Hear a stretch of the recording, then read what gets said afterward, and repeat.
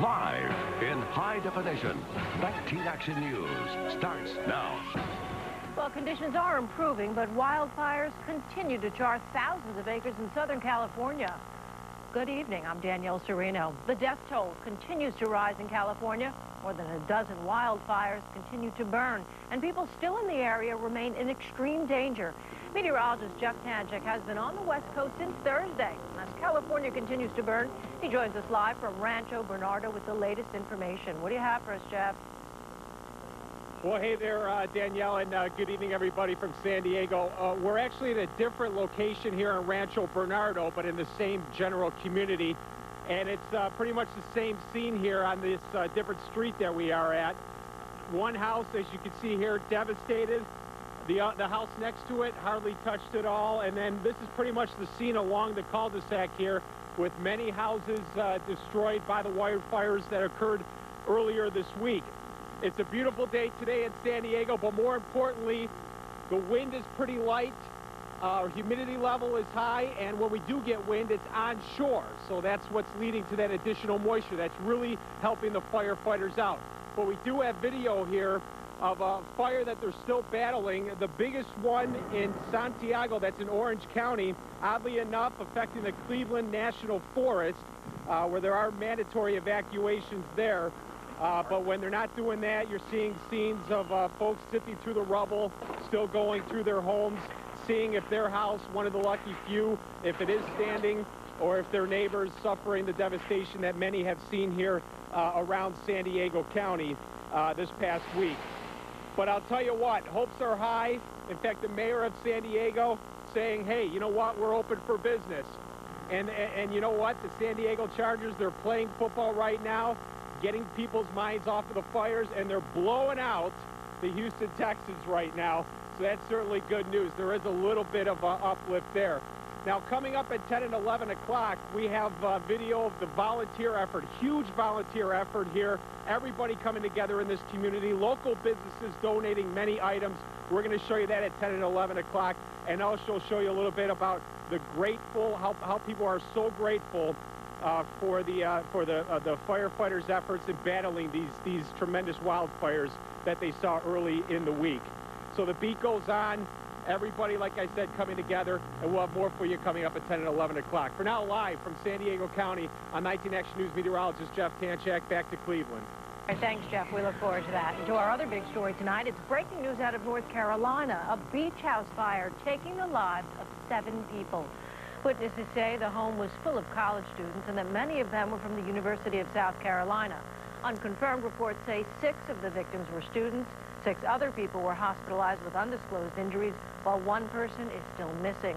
We'll have much more on the story coming up on 19 Action News at 6:30. And a deadly blaze hits an Akron family overnight. The fire not only claiming their home, but also their 5-year-old son. 19 Action News anchor Catherine Bosley has the story new tonight. From the outside of this Akron home, you can't really tell how bad the fire was. What happened on the inside, though, doesn't get any worse. Owen Arantes Cruz, 5 years old, killed. He's a beautiful kid. I mean, outgoing, just a pleasure. I mean, he's just sunshine. Family and friends devastated, and many neighbors. It was really bad. Helpless and horrified, seeing it all. And I know that they have the 2 little ones, and we didn't see them come out. I saw the smoke and everything, and the husband was outside screaming, and I asked about the kids, and he yelled, "The kids are still inside." We're told the man, considered the stepfather, kept trying to go back inside, but the blaze too intense. Only firefighters could make headway, pulling out both Owen and his 7-year-old brother, but knowing for the little one, it didn't look good. And by the time the fire department got here, they say the flames were just blasting out of the side of this house through these windows, and by the time they worked their way around the back of the house, well, even worse. They know already that it probably started on the first floor, but exactly how, well, still a lot of questions. Some saying it was a stove fire, and while the whole house slept, 2 adults and 3 kids, it wasn't noticed until it was too late. It already vented itself out. Firefighters not sure about smoke detectors, but the spokesman sure for his colleagues. You could see on their faces that they really took it hard. This one won't be forgotten. just like too many, neither will the memory of Owen. In Akron, Catherine Bosley, 19 Action News. And we have more breaking news tonight on 19 Action News at 6:30. A drugged-up man dumped in a former parking lot. Police received a call that a white and gray Ford Crown Victoria dropped off a body at James W. Day Park. When crews arrived, they found a 30-year-old man overdosing on drugs. The man is expected to survive, but cops now looking for the car, which they say has out-of-state license plates. If you see a Crown Victoria matching that description, please call police. Hey there, everybody. I'm meteorologist Martina Brown. You knew it had to happen, right? But now, today, we know officially that the growing season in Northeast Ohio is over. Why? We've got freeze warnings in effect, and for the first time for a lot of you, that is in effect overnight tonight through tomorrow morning at about 10 o'clock. Temperatures for these folks in the pink here could dip easily into the 20s, maybe some low 30s. We've got a frost advisory in effect for Lake County, northern Ashtabula County. Temperatures for you tonight could dip into the mid-30s, maybe upper 30s. So you know the story. If you have any kind of tender vegetation, you want to cover it up, or more than likely, but better off bringing it right on in the house. What else is coming our way? We've got cold temperatures tonight, but what about the rest of the work week? I'll have the forecast for you coming up in just a little bit. Until then, from the First Alert Weather Center, I'm meteorologist Martina Brown, 19 Action News. Martina, for the second Sunday in a row, local church congregations confronted with deadly crimes. That story when 19 Action News continues. 19 Action News, once again, voted best newscast in Ohio by the Associated Press. Last week, the pastor's wife was found murdered, allegedly at the hands of her own son. This week, a murder victim collapses and dies in the Cleveland area out of abortion. 19 Action News reporter Jeff Vachano brings us more on this developing news. I initially saw him on the ground. I called 911. A peaceful Sunday morning, frightening for an elder at Mega Church in Scranton. About 5 to 7, I said a gunshot. A couple of gentlemen that were with me, we looked outside and running around this block on Alton. He came, ran, and fell down onto the ground. Westbound from the scene. Police say witnesses are scared. So are people, like who the victim is. African-American male, looks to be in his 20s. A gun was recovered at the scene. Church members suddenly expect the community is coming apart. But, you know, somehow it happened. The people in the neighborhood, there's no doubt about it. But church leaders stronger. It gives us more focus. That, you know, we have a purpose. Our purpose is to reach out into this community so that these things don't happen. This case is far from over. It's going to take a trip to the coroner's office to positively ID the victim, but they do have a lead on the motive. Detectives tell me that a map of what appears to be marijuana was found. In Cleveland, Jen Pachano, Action News. For the first time since 2002, and for the first time ever under Coach Romeo Crennel, our Cleveland Browns are over 500. And we'll go back to North Carolina for more on one of our breaking news college.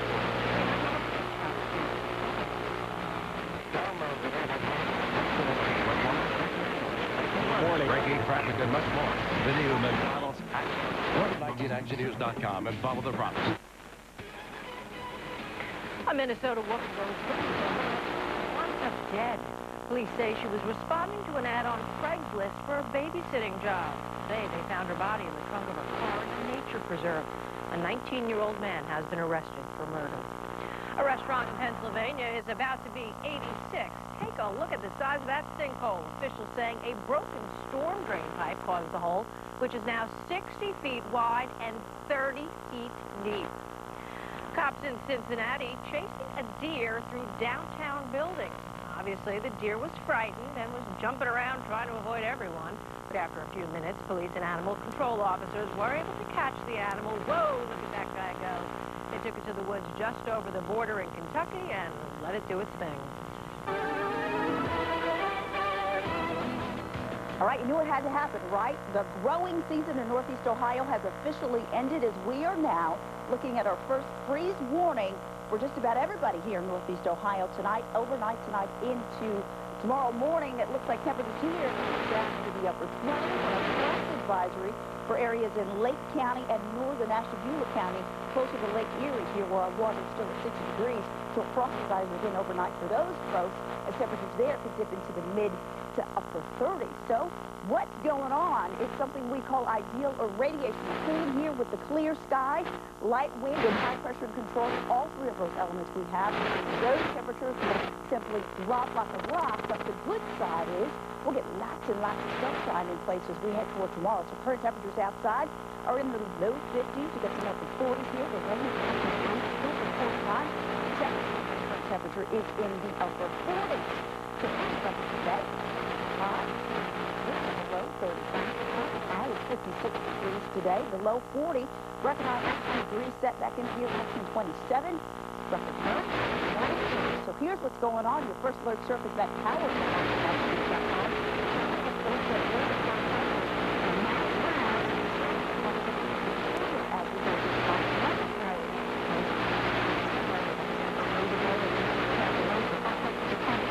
we got a and that's we could see a few showers as we head toward Wednesday. The most I think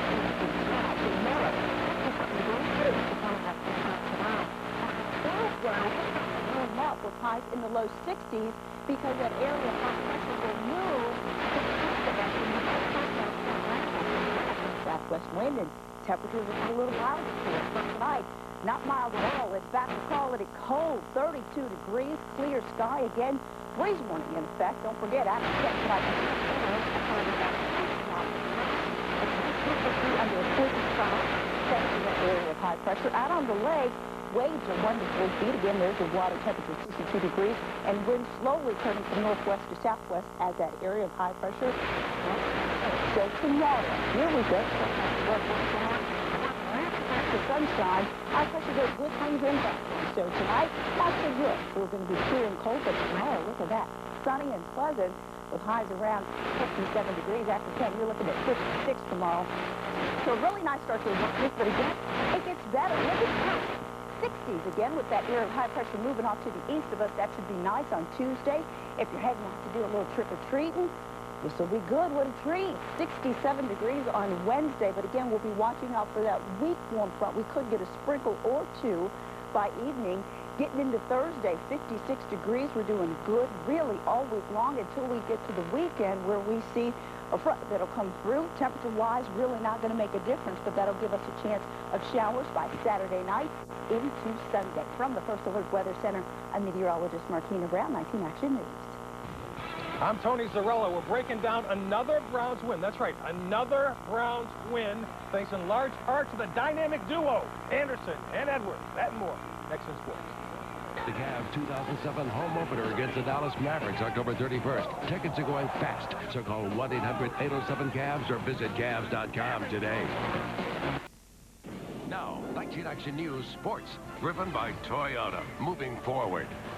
All right, is it too early to start counting votes for the Pro Bowl? Braylon Edwards at it again today. Another monster day as Air Anderson lights it up in St. Louis this afternoon. And for the first time in 4 years, the Browns are celebrating back-to-back wins. Yes, applause, please. After rallying, because the Rams for a while forgot to do the Rams. Steven Jackson back in the field for the first time in 5 weeks. Looking good. That's a 20-yarder. He caps off the drive himself from a yard out. Just like that, Rams on the board first. Jackson, though, short day. He leaves after getting banged up again. That cost the Rams. They come right back a little later on, this time Torrey Holt from a yard out. Holt as good as it gets. 14-0 Rams before the Browns wake up. Late first, Braylon goes to work. Phenomenal catch to keep this drive alive. 25 of his 117 yards receiving, although those are becoming routine for him. Second quarter, Braylon puts him on the board, 12 yards, and it's a 14-10 St. Louis lead. Browns rallying. In fact, moments later, they grab the lead. DA to K2 for the TD, ASAP. Great grab, 17-14. They're tied at 17 at the half. Second half, Browns take charge again. Joe Juravicius playing on that banged-up knee, coming up big on third down once again to keep the drive alive. And guess who caps it off? Braylon again. What a strike by DA. The second of the day, 6 yards, 24-17. Late third, emotional moment. Braylon's going to pull this in. Wow. Bounce off a couple of tackles. turns it into a 30-yarder. He's so jacked up, he does a no-no, takes the helmet off. 15-yard penalty. But if that's as bad as it gets, even Romeo can handle that. The coach laughed it off, gave him a hug.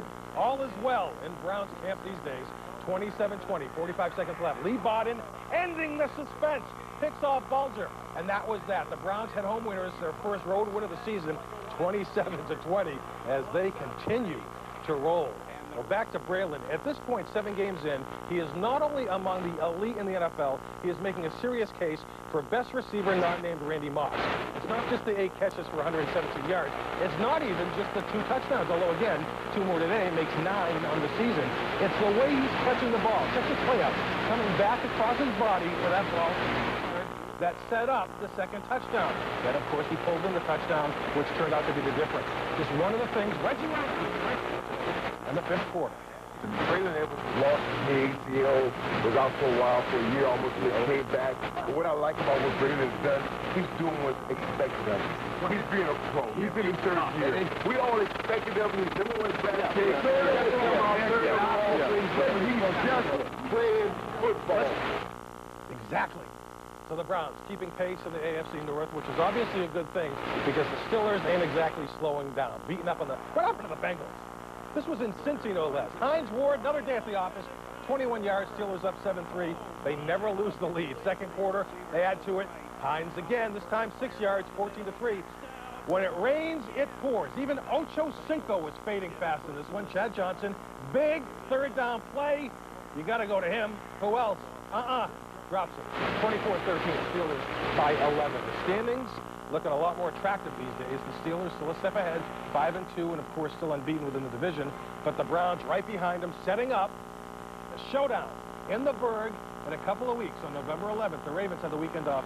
Bengals continue to struggle. It seems like old times in the division for the Browns and Steelers. And you know what? They can play in Miami. They can play in London. It doesn't matter. The Dolphins are so brutal. Maybe they should try Iceland. The NFL overseas for the first time in the regular season. Same old story. Dolphins struggle. Eli Manning got to keep it.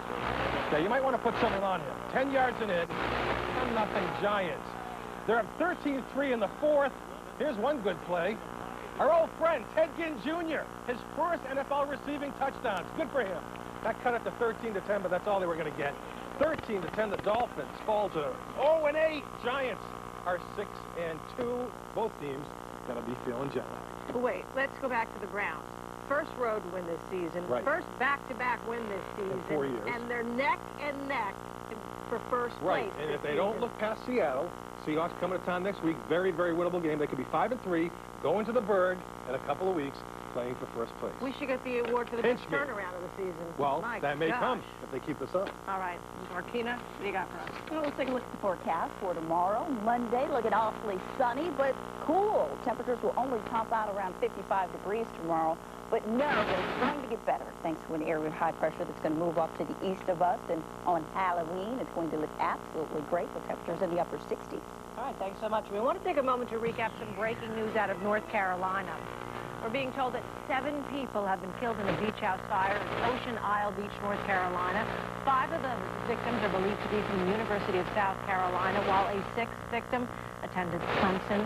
The 7th victim has yet to be identified. But be sure to tune into 19 Action News at 10 and 11 for the very latest information.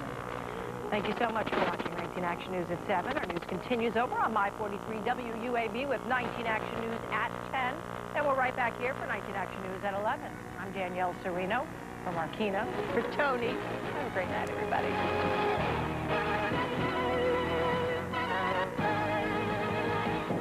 Now, you're watching a 19 Action News editorial. What makes political correctness so infuriatingly funny is that there appears to be no restrictions on the lengths its proponents can go to test the limits of absurdity. The latest case in point involves the superintendent of a suburban Tacoma, Washington school district. The superintendent sent a letter to parents last week canceling all Halloween activities in the schools. The letter said Halloween parties and parades waste valuable classroom time. But more importantly, the district said Halloween celebrations and children dressed in costumes might be offensive to real witches.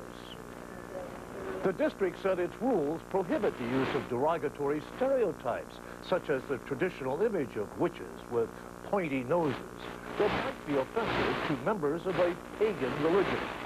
So, Halloween is banned in those schools. Well, St. Patrick's Day is probably also in jeopardy in that neck of the woods, out of concern for Irish-American leprechauns. What's in plentiful supply with policies like this, however, is nonsense. Write and let me know what you think. I'm Bill Applegate, and here's the address. We encourage your response to the editorial. Email your comments to editorial@19actionnews.com. If you would like to reply on our air, send your written response in 60 seconds or less to editorial@19actionnews.com.